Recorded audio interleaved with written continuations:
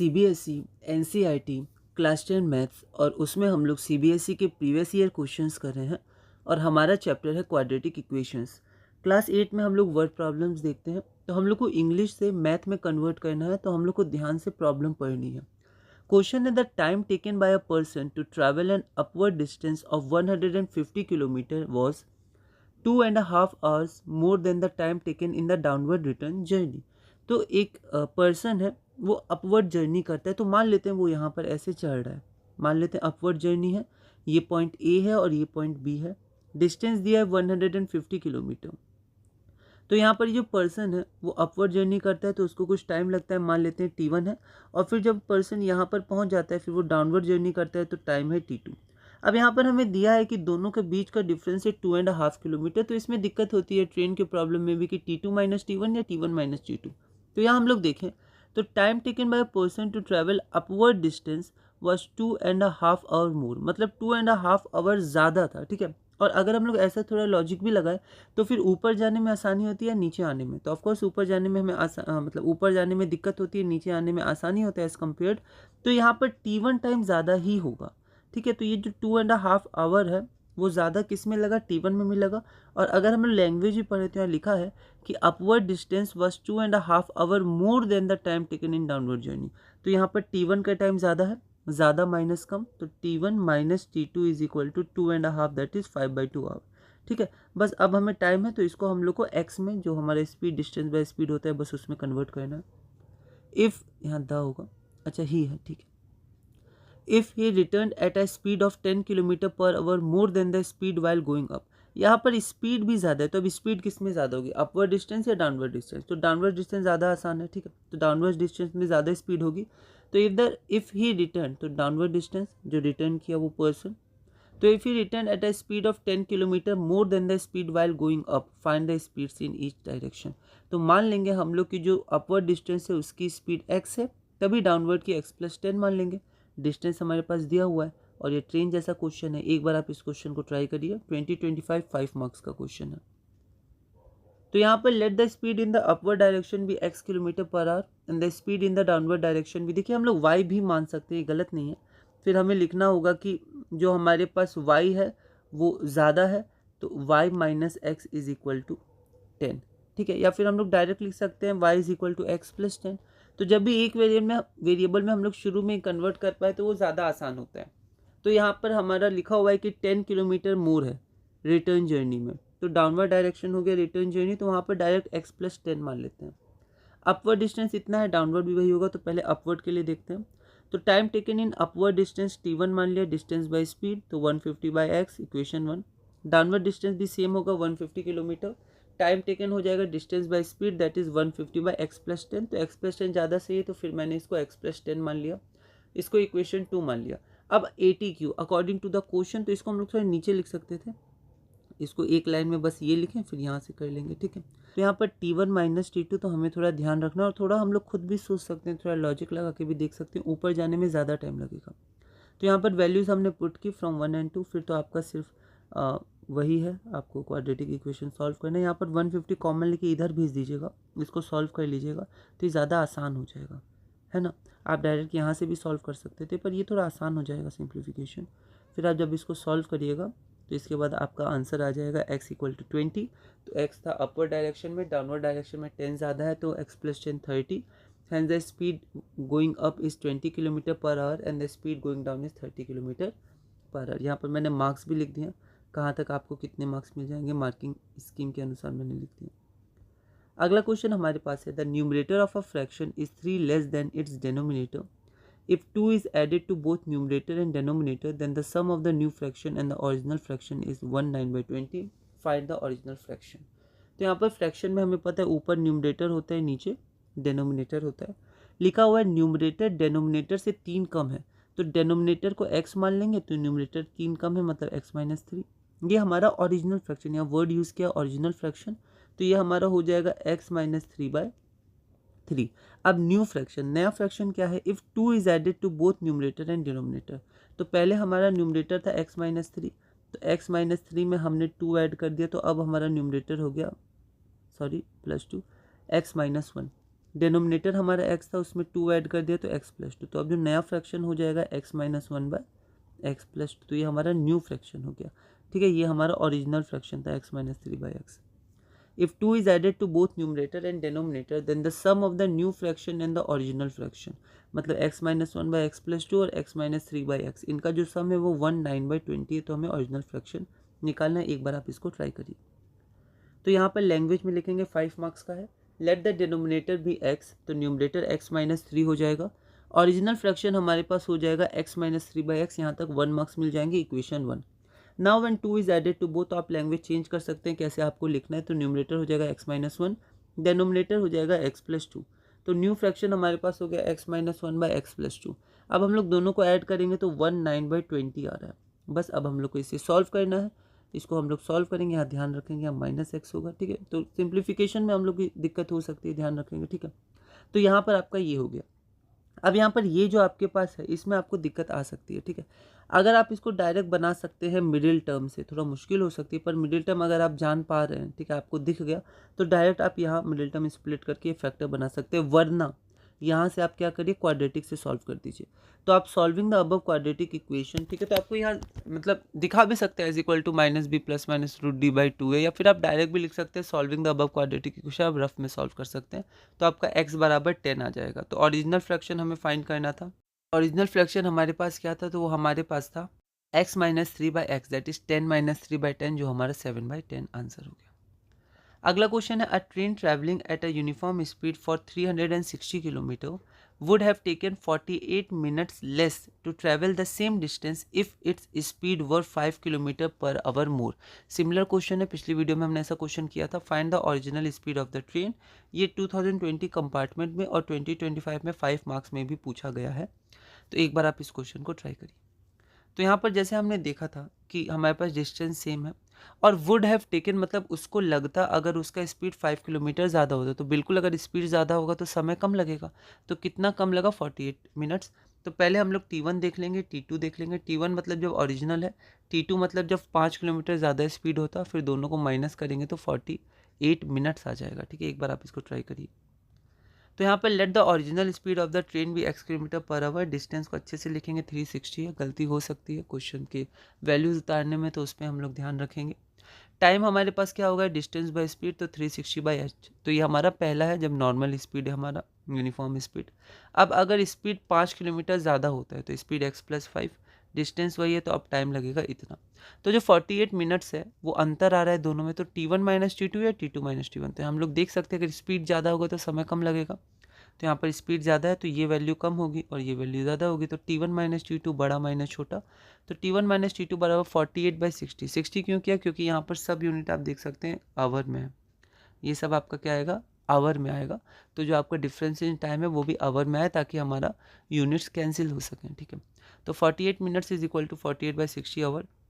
अब इसके बाद इसको डायरेक्ट सॉल्व करने की जगह थोड़ा इसको सिंप्लीफाई कर लेते हैं। न्यूमरेटर से 360 हम लोग क्या करते हैं, कॉमन ले लेते हैं, इसको इधर भेज देते हैं, फिर इसको भी थोड़ा सिंप्लीफाई कर लेते हैं क्योंकि फिर क्रॉस मल्टीप्लिकेशन करना होगा।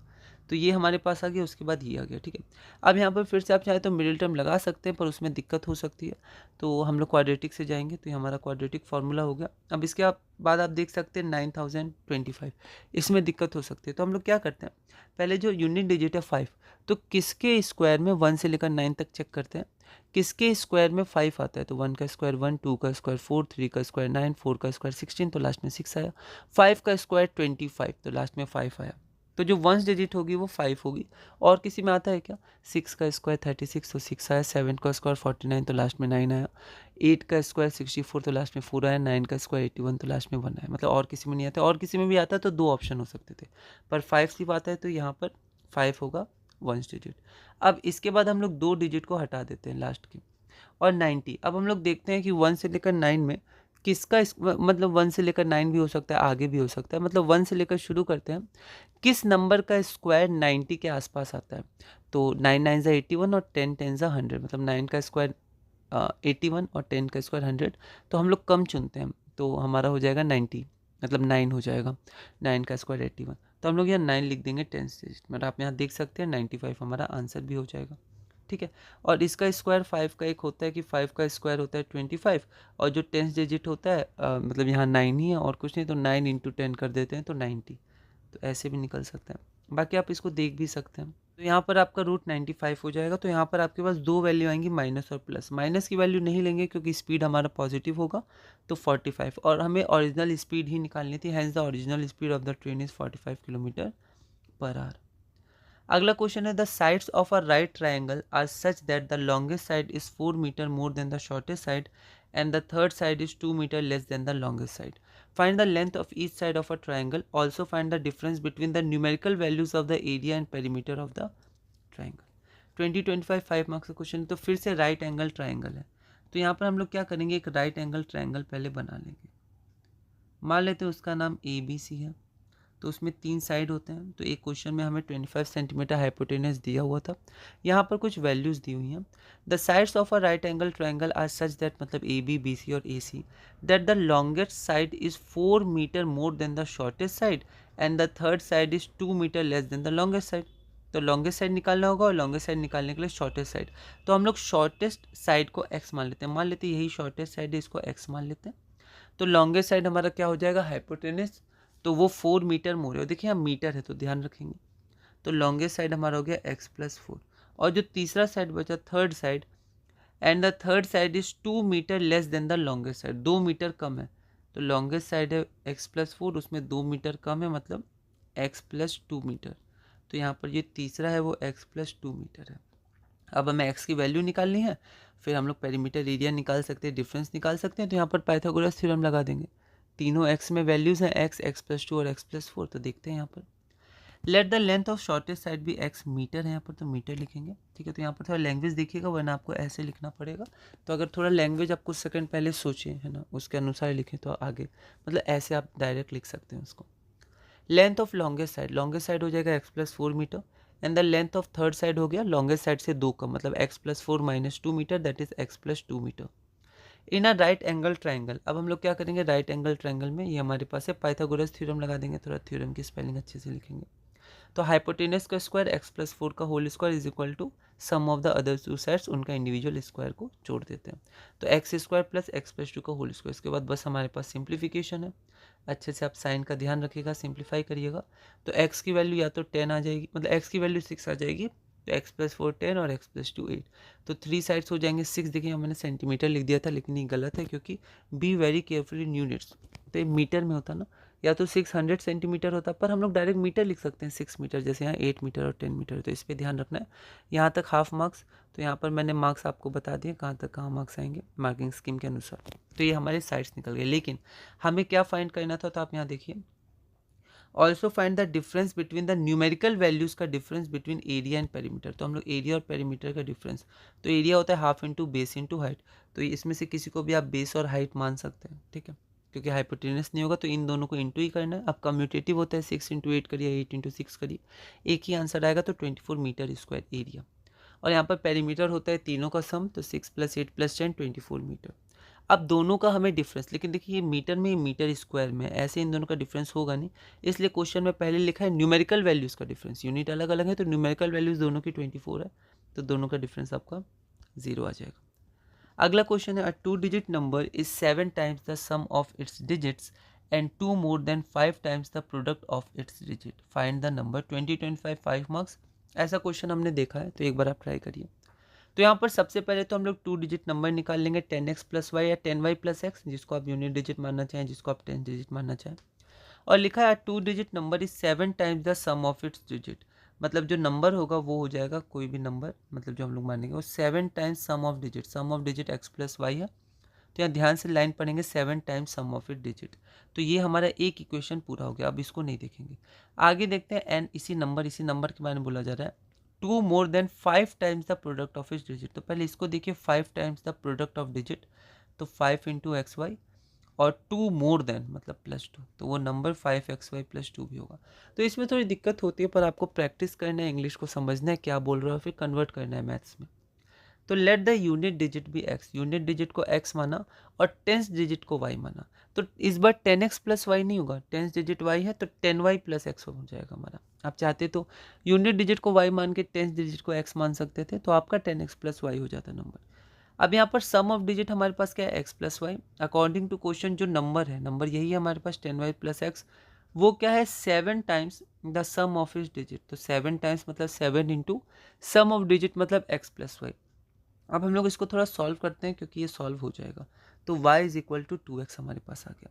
उसके बाद हमारे पास दो इक्वेशन होने चाहिए। तो सेकंड इक्वेशन हमारे पास क्या है कि द नंबर इज, एक बार नंबर ये है एंड, मतलब इसी नंबर के बारे में बात की जा रही है कि वो नंबर क्या और है, तो वो है 2 more than 5 times the product of digits. तो product of digit x y है और 5 टाइम्स तो 5xy और 2 मोर मतलब 5xy प्लस 2। तो यहाँ पर 5xy, अब मैंने 2 छोड़ दिया था यहाँ पर, तो ये हमें ध्यान रखना है, यहाँ 2 भी होगा। तो डोंट फॉरगेट, है ना, read the question very carefully. तो प्लस 2 का 2 मोर देन भी लिखा हुआ था, तो वही नंबर है 2 मोर देन, है ना। अब यहाँ पर हम लोग क्या कर सकते हैं, क्योंकि आगे तो सिंप्लीफाई होगा नहीं, y है x वाई और एक्स वाई अलग वेरिएबल है, तो यहाँ पर हम लोग क्या करेंगे, वैल्यूज़ पुट कर देंगे। अब यहाँ पर चाहते हैं तो y की जगह x पुट कर सकते थे, मैंने यहाँ x की जगह y पुट कर दिया, क्योंकि y बराबर हमारा 2x है और ये ज़्यादा आसान होता। आप चाहें तो ये भी कर सकते थे, डायरेक्ट y की जगह यहाँ 2x पुट कर देते, पर मैंने यहाँ x की जगह y/2 पुट कर दिया, ऐसे भी आप कर सकते हैं। तो x की जगह y/2, यहाँ भी हमारा y/2, ठीक है। तो यहाँ पर ये हो गया। अब मैंने 2 को मिस कर दिया था और फिर ये इक्वेशन सॉल्व किया था, तो ये पूरा गलत हो गया था। तो ध्यान से, फिर मैंने 2 को ऐड किया और फिर ये हमने इक्वेशन सॉल्व किया। तो इसके बाद फिर वही इक्वेशन है कि ये जो इक्वेशन हमारे पास है इसको हमें सॉल्व करना है। तो यहाँ पर 2 कैंसिल हो जाएगा, ये हमारे पास इक्वेशन आ गई। तो 5y² minus 20y minus Y plus 4, ठीक है। इसको बस मिडिल टर्म करेंगे तो यहाँ से देखिएगा y की वैल्यू 4 आ गई, क्योंकि y की वैल्यू यहाँ 1/5 तो नहीं आएगी फ्रैक्शन में, तो यहाँ पर हम लोग 4 लेंगे और हम लोग को x चाहिए, तो y बराबर 2x था तो x बराबर 2 हो जाएगा। तो रिक्वायर्ड नंबर हो जाएगा 10y plus x, that is 40 + 2 42। तो इसी के साथ हमने क्लास नंबर 8 पूरी की। अब क्लास नंबर 9 में हम लोग और भी क्वेश्चंस करेंगे और धीरे धीरे आगे बढ़ेंगे। वैसे ब्रीफ में हमने 2025 के क्वेश्चंस कर लिए हैं, तो हम लोग इसी तरह आगे बढ़ेंगे और धीरे धीरे CBSE previous year questions maths 10 पूरा करेंगे।